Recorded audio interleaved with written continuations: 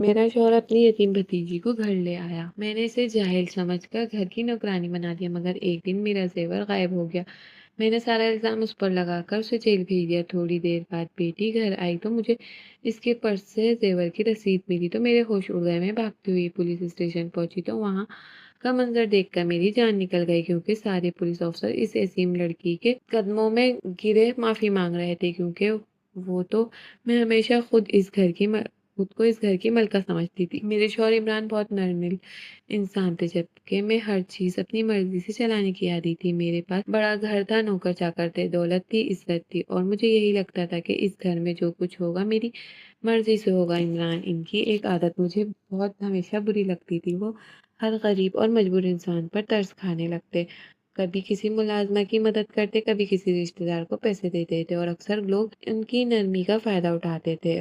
میں کئی بار انہیں سمجھا چکی تھی کہ دنیا ہمدردی سے نہیں عقل سے چلتی ہے، مگر وہ ہمیشہ مسکرا کر کہتے، نادیہ، اگر اللہ نے ہمیں دیا ہے تو دوسروں کے کام بھی آنا چاہیے۔ ایک شام عمران گھر آئے تو ان کے ساتھ ایک دبلی پتلی سی لڑکی بھی تھی۔ اس کے ہاتھ میں چھوٹا سا بیگ تھا، کپڑے سادہ تھے اور چہرے پر عجیب سا خوف تھا۔ میں نے حیرت سے عمران کو دیکھا تو وہ پہلے بولے، نادیہ، یہ مریم ہے، میرے مرحوم کزن کی بیٹی۔ آج اس کے ماموں نے بھی اسے گھر سے نکال دیا، اب دنیا میں کوئی نہیں، اس کا کوئی نہیں، میں یہاں لے کر آیا ہوں۔ میں فوراً ناگواری سے لڑکی کو دیکھا اور سرد لہجے میں کہا، اب یہ یہاں رہے گی؟ عمران بولے، ہاں، کچھ دن ہمارے ساتھ رہے گی، جب تک اس کی زندگی سنبھل نہیں جاتی۔ مجھے اس وقت ایسا لگا جیسے کسی نے میرے سکون پر حملہ کر دیا۔ میں نے دل میں فیصلہ کر لیا کہ یہ لڑکی اس گھر میں آرام سے نہیں رہے گی۔ اگلے ہی دن میں نے مریم کو گھر کے سارے کاموں میں لگا دیا۔ صبح جلدی اٹھنا، صفائی کرنا، برتن دھونا، کپڑے استری کرنا، سب کچھ اس کے ذمہ لگا دیا۔ مریم ہر حکم خاموشی سے مان لیتی، نہ بحث کرتی، نہ شکایت، بس خاموشی سے کام کرتی رہتی۔ یہ خاموشی مجھے مزید چڑھانے لگی۔ کبھی کبھی میں جان بوجھ کر اس کے سامنے اپنی بیٹی عائزہ کو مہنگے تحفے دیتی تاکہ اسے اپنی اوقات یاد رہے۔ ایک دن میں نے دیکھا مریم صحن میں بیٹھ کر کتابیں پڑھ رہی تھی۔ میں نے غصے میں کتاب اس کے ہاتھ سے چھین لی اور کہا، تم یہاں پڑھنے نہیں آئی ہو، جا کر کام کرو۔ وہ دھیرے سے بولی، آنٹی، ابو چاہتے تھے میں پڑھ لکھ کر کچھ بنوں۔ میں نے طنزیہ ہنس کے اس کے ساتھ کہا، تم جیسے لوگ خواب بھی اچھے دیکھتے ہیں، حقیقت میں تم لوگوں کے دوسروں کے گھروں میں کام ہی کرنا ہوتا ہے۔ اس کی آنکھوں میں آنسو آ گئے، مگر اس نے مجھے کچھ نہیں کیا۔ عمران اکثر مریم کے حق میں بات کرتے تو مجھے غصہ آتا۔ ایک رات انہوں نے کہا، نادیہ، تم اس کے ساتھ بہت سختی کرتی ہو، بچی پہلے ہی بہت دکھ دیکھ چکی ہے۔ میں نے فوراً جواب دیا، اگر اتنی ہی فکر ہے تو کسی ہاسٹل میں چھوڑ آئیں۔ ایسے عمران خاموش ہو گئے، مگر ان کی آنکھوں میں مایوسی تھی۔ عائزہ بھی آہستہ آہستہ میرا رویہ اپنا چکی تھی۔ وہ اپنے کپڑے مریم سے دھلواتی، جوتے صاف کرواتی اور کبھی کبھی اس پر چیخ بھی دیتی، مگر مریم ہمیشہ خاموش رہتی۔ ایک دن میری چند امیر سہیلیاں گھر آئیں۔ میں نے جان بوجھ کر مریم کو ان کے سامنے چائے سرو کرنے کے لیے بھیجا۔ میری ایک دوست نے پوچھا، یہ نئی نوکرانی کہاں سے ملی؟ میں نے ہنس کر جواب دیا، کوئی دور کی رشتہ دار ہے، بے سہارا تھی تو رکھ لیا۔ مریم کا چہرہ اس وقت بالکل سفید پڑ گیا، مگر اس نے سر جھکا لیا۔ اسی رات عمران نے پہلی بار مجھ پر غصہ کیا۔ وہ بولے، تمہیں اندازہ بھی ہے کہ تم نے اس بچی کی کتنی بے عزتی کرتی ہو؟ میں نے بے پرواہی سے کہا، اگر اتنی تکلیف ہے تو کہیں اور لے جائیں۔ ایسے عمران کچھ دیر خاموش رہا اور پھر بولے، نادیہ، تم مریم کو نہیں جانتی۔ میں نے طنزیہ انداز میں کہا، آپ جیسے جانتے ہیں۔ میں غصے میں اٹھ گئی۔ وقت گزرتا گیا، مریم گھر کے کام میں ماہر ہو گئی، مگر اس کی خاموش طبیعت ویسی کی ویسی رہی۔ کبھی کبھی دیکھتی وہ رات کو چھت پر اکیلی بیٹھی آسمان کو دیکھتی رہتی، جیسے کسی کا انتظار کر رہی ہو۔ ایک دو بار مجھے عجیب سی بات محسوس ہوئی، محلے کے کچھ لوگ اسے دیکھ کر احترام سے سلام کرتے۔ ایک دن چوکیدار نے بھی کہا، بیگم صاحبہ، یہ لڑکی بہت شریف لگتی ہے، پولیس والے بھی اسے جانتے ہیں۔ میں نے فوراً غصے سے کہا، کیا فضول باتیں مت کیا کرو، ایک غریب یتیم لڑکی کو کون جانے گا؟ مگر اس دن پہلی بار میرے دل میں ہلکا سا شک ضرور پیدا ہوا۔ پھر ایک صبح ایسا واقعہ ہوا جس نے سب کچھ بدل دیا۔ میں ایک شادی میں جانے کے لیے تیار ہو رہی تھی۔ میں نے लॉकर खोला तो मेरा सबसे कीमती हीरे का सेट गायब था, वही सेट जो इमरान दुबई से लाए थे। मेरी चीख निकल गई, मैंने पूरा घर पलट दिया मगर जेवर नहीं मिला मिला गुस्से से मेरा दिमाग सुन्न हो गया और मैंने फौरन सारे मुलाजमी को हाल में जमा किया। एक एक से पूछगछ शुरू करी, सबने इनकार कर दिया। फिर मेरी नजर मरियम पर पड़ी तो खौफजदा खड़ी थी और मैं चीखी, सच बताओ जेवर कहाँ छुपाया है? वो कांपती आवाज में बोली, आंटी मैंने कुछ नहीं लिया। मगर उस वक्त मेरा दिमाग सिर्फ उसी पर अटक गया था। शायद मैं पहले ही से मुजरिम समझ चुकी थी। इमरान घर पर नहीं थे, वो शहर से बाहर गए हुए थे। मैंने फौरन पुलिस बुला ली। पुलिस वाले आए तो मरियम डर के मारे रो रही थी। एक अफसर ने नरमी से पूछा, बेटा तुमने लिया है? मरियम ने आंसू साफ करते हुए कहा, नहीं सर, मैंने कुछ नहीं लिया, मगर मैं मुसलसल शोर मचा रही थी। यही चोर है, यही लेकर गई है। इसके अलावा घर में और कौन है आएगा? वो पुलिस वाले उसे साथ ले जाने लगे तो बार बार मेरी तरफ देख रही थी। उसकी आंखों में खौफ से ज्यादा दुख था, जिसे उसे यकीन ही ना आ रहा हो मैंने उस पर इतना बड़ा इल्जाम लगा सकती हूँ। उसने जाते जाते सिर्फ एक बात कही, आंटी मैंने वाकई कुछ नहीं लिया, मगर उस वक्त मेरा दिल पत्थर बन चुका था। तकरीबन 1 घंटे बाद आयजा कॉलेज से वापस आई। वो बहुत घबराई हुई लग रही थी। उसके हाथ में पर्स था जो बार बार उसके हाथ से फिसल रहा था। मैंने गुस्से में इसे सारा वाकया बताया तो इसके रंग उड़ गए। अचानक उसके पर्स से एक कागज नीचे गिरा। मैंने बेदहानी में उठाया, मगर जैसे ही उस पर नजर पड़ी मेरे हाथ कांपने लगे। वो इसी हीरे के सेट की रसीद थी। मेरे कदमों तले जमीन निकल गई। मैंने फौरन आयजा की तरफ देखा, उसके चेहरे पर जर्द पड़ चुका था। मैं चीखी, ये रसीद तुम्हारे पास कैसे आई? ये रसीद तो सेट के साथ पड़ी थी। आयजा रोने लगी, कांपती हुई आवाज में बोली, मामा मैंने वो सेट अपने दोस्त को पार्टी में पहनने के लिए दिया था। मैं आपको बताना भूल गई। मेरे जिस्म से जान निकल गई। मुझे एक लम्हे में एहसास हुआ मैंने क्या कर दिया। मेरे दिमाग में सिर्फ मरियम का रोता हुआ चेहरा घूम रहा था। मैंने फौरन गाड़ी निकाली और पागलों की तरह पुलिस स्टेशन की तरफ भागी। रास्ते भर मेरे हाथ कांप रहे थे, दिल जोर जोर से धड़क रहा था। मैंने सिर्फ यही दुआ मांग रही थी कि कहीं देर ना हो जाए। मगर जब पुलिस स्टेशन पहुंची तो वहां का मंजर देखकर कदम वहीं जम गए। सारे पुलिस अफसर एक कतार में खड़े थे और मरियम सामने सर झुकाए माफी मांग रहे थे और इनके दरमियान खड़ा एक आला अफसर गुस्से से चीख रहा था, तुम लोगों को अंदाजा भी है तुमने किस ये सलूक किया है? मेरी सांसें रुक गईं, क्योंकि अगले ही लम्हे उस अफसर ने मरियम की तरफ एहतराम से देखते हुए कहा, मैडम हमें माफ कर दें, हम आपको पहचान नहीं सके। मेरी टांगें बुरी तरह कांप रही थी।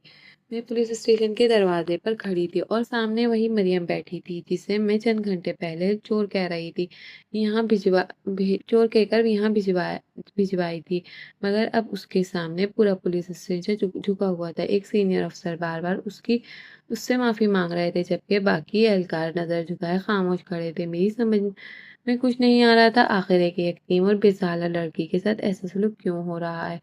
मैंने हिम्मत करके आगे पर कदम बढ़ाया तो अचानक एक अफसर ने मुझे सख्त नजरों से देखा और बोला, आपने बहुत बड़ी गलती की है। मेरी आवाज जैसे गुम हो गई। मैंने बामुश्किल बल्कि मुझसे गलत फहमी हो गई थी। जेवर मेरी बेटी के पास था। मैं मरियम से माफी मांगने आई हूँ। मरियम ने पहली बार मेरी तरफ देखा। उसकी आंखों में आंसू थे, मगर उसकी खामोशी पहले से ज्यादा मजबूत लग रही थी। वो कुछ बोलने वाली थी कि अचानक बाहर कई खड़ी गाड़ियों के रुकने की आवाज आई। चंद आला अफसर तेजी से अंदर आए और सीधे मरियम के सामने खड़े हो गए। उनमें से एक ने अदब से कहा, मैडम आप ठीक हैं? हमें जैसे जैसे खबर मिली हम फौरन पहुंच गए। मेरे हाथ ठंडे पड़ गए। मैं हैरत से सबको देख रही थी। फिर एक अफसर ने मेरी तरफ मुड़कर कहा, शायद आपको मालूम नहीं आपने किस पर इल्जाम लगाया है। ये मरियम सलीम हैदर है। हाल ही में इसी एसएसपी का इम्तिहान पास किया है और ट्रेनिंग के लिए इसी शहर में आई है। मेरा दिमाग सुन्न हो गया। मैंने बेचैनी से मरियम की तरफ देखा और खामोश बैठी रही, जिसे उसे दुनिया की हकीकत साबित करने की जरूरत ही ना हो। अफसर मुसलसल बोल रहा था, मरियम के वालिद मरहूम डीआईजी सलीम हैदर थे, जिन्हों पूरा महकमा इज्जत देता था। इनकी शहादत के बाद रिश्तेदारों ने जायदाद हड़प कर ली, मगर मरियम ने कभी अपने वालिद के नाम का सहारा नहीं लिया। इसने यतीमी और गुर्बत में रहकर पढ़ाई और इससे साल पूरे सूबे में नुमाया पोजीशन के साथ एसएसपी पास किया। अब हुकूमत ने इन्हें इस शहर में ट्रेनिंग के लिए भेजा है। मुझे ऐसा लगा जैसे किसी ने जोर से एक एक मंजर घुमाने लगा। वो दिन जब मैं उसके साथ किताब छीनी थी, वो लम्हा जब मैंने अपनी सहेलियों के सामने उसे नौकरानी कहा था और जब वो छत पर खामोश बैठी आसमान देखती रहती तो मैं इसे एक हकीर समझती, जबकि हकीकत में तो वो अपनी टूटी हुई जिंदगी को जोड़ने में लगी हुई थी। मैं लरजते कदमों में उसके करीब गई, उसके हाथ पकड़ लिए। मरियम, मुझे माफ कर दो, मैंने तुम्हें समझने में बहुत बड़ी गलती की है। मेरी आंखों में आंसू बह रहे थे, मगर मरियम ने आहिस्ता से अपने हाथ खींच लिए और फिर मुझे बेकसूर मान लेती। मेरे पास इस सवाल का कोई जवाब नहीं था। मेरी नजरें झुक गईं। उसी वक्त इमरान भी पुलिस स्टेशन पहुंच गया। शायद किसी ने इन्हें फोन कर दिया था या वो अंदर आए थे। ये मंजर देखकर साकित रह गए। फिर उनकी नजर मुझ पर पड़ी। इनकी आंखों में शदीद नाराजगी थी। वो मेरे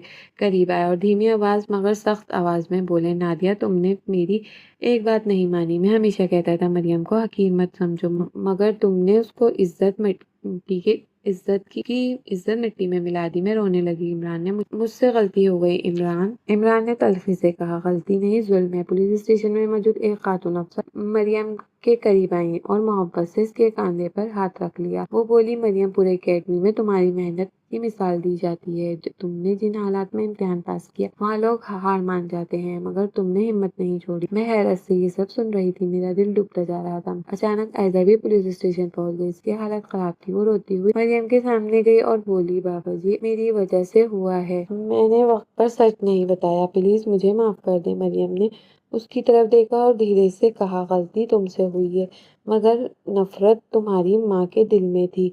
ये जुमला सीधा मेरे दिल में तीर की तरह लगा। मैं सर झुकाकर रोने लगी। फिर मरियम आहिस्ता आहिस्ता खड़ी हुई और पूरा पुलिस स्टेशन खामोश हो गया। उसने मेरी तरफ देखा और बोली, आंटी, आजकल मुझे यहाँ लाए थे तो मेरे पास वाकई कुछ नहीं था। ना घर था, न सहारा था, कोई अपना था, मगर एक चीज मेरे पास थी, वो मेरी इज्जत, मेरी मेहनत, मेरे ख्वाब। मगर आपने हर दिन मुझे ये एहसास दिलाया है कि मैं कमतर हूँ। आपने मुझे नौकरानी बनाया, तुम्हारी किताबें छीनी, हमारी बेइज्जती की, मगर खामोश रही, क्योंकि मैं जानती थी कि एक दिन मेरी मेहनत जवाब देगी। उसकी आवाज कांप रही थी, मगर हर अल्फाज मेरे गुरूर को तोड़ रहा था। वो मजीद बोली, मैंने किसी एसएससी का इम्तिहान रातों को जाकर पास नहीं किया। मैं दूसरों के घरों में ट्यूशन पढ़ाकर अपनी फीस जमा कराती थी। मैंने कभी किसी की हमदर्दी नहीं की, क्योंकि मेरे अब्बू ने सिखाया है कि इज्जत मांगी नहीं कमाई जाती है। मगर आज पहली बार मुझे लगा कि शायद वाकई बहुत कमजोर हूँ, क्योंकि जिन लोगों को मैं अपना समझने लगी थी, उन्होंने मुझे चोर बना दिया। ये सुनकर इमरान की आंखें भी भर आईं। उन्होंने आगे बढ़कर मरियम के सर पर हाथ रखा और बोले, मुझे माफ कर दो, मैं तुम्हें इस घर में महफूज न रखा सका। मरियम की आंखों में आंसू बहने लगे, मगर उसने फौरन अपने आंसू साफ कर लिए, जैसे वो कमजोर दिखाई देना चाहती थी। फिर उसने बहुत सुकून से कहा, अंकल, आपने हमेशा बाप की तरह मेरा साथ दिया। कुछ देर बाद एक सरकारी गाड़ी पुलिस स्टेशन के बाहर आकर रुकी। एक सीनियर ब्यूरोक्रेट अंदर आए और सीधे मरियम के पास गए और उन्होंने मुस्कुराकर कहा, ऑफिसर मरियम, आपकी ट्रेनिंग का शेड्यूल तैयार किया गया है। कल से आप अकेडमी ज्वाइन कर रहे हैं। पूरे पुलिस स्टेशन में एहतराम से उनकी तरफ देखा गया। पहली बार मुझे एहसास हुआ, असल ताकत खामोश में नहीं, मेहनत में होती है, ना दौलत और गुरूर में होती है। दोबारा मरियम से माफी मांगी और बोली, बेटा, खुदा के लिए मुझे माफ कर दो, मैं अपनी गलती के साथ जिंदा नहीं रहूंगी। मरियम कुछ लम्हे खामोश रही, फिर उसने धीरे धीरे से कहा, मैं आपसे नफरत नहीं करती, क्योंकि इस घर में वापस नहीं जा सकती जहाँ मेरी इज्जत मर चुकी हो। ये कहकर वो आहिस्ता आहिस्ता बाहर की तरफ चलने लगी। इमरान फौरन इसके पीछे गए, मगर उसने रुककर सिर्फ इतना कहा, अंकल, कुछ फासले जरूरी होते हैं ताकि इंसान अपनी असल पहचान हासिल कर सके। मैं वहीं पर बैठी रह गई। मेरी बेटी मेरे साथ रो रही थी और पूरा पुलिस स्टेशन खामोशी से हमें देख रहा था। इस लम्हे पहली बार मुझे एहसास हुआ कि इंसान की सबसे बड़ी गुर्बत पैसों की नहीं, सोच की होती है। और मैं अपनी सोच में दुनिया की सबसे गरीब औरत बन चुकी थी। अगर कहानी अच्छी लगी हो तो चैनल को सब्सक्राइब करें, वीडियो को लाइक करें। कहानी के मुतालिक अपने ख्यालात इजहार कमेंट सेक्शन में कर सकते हैं। अल्लाह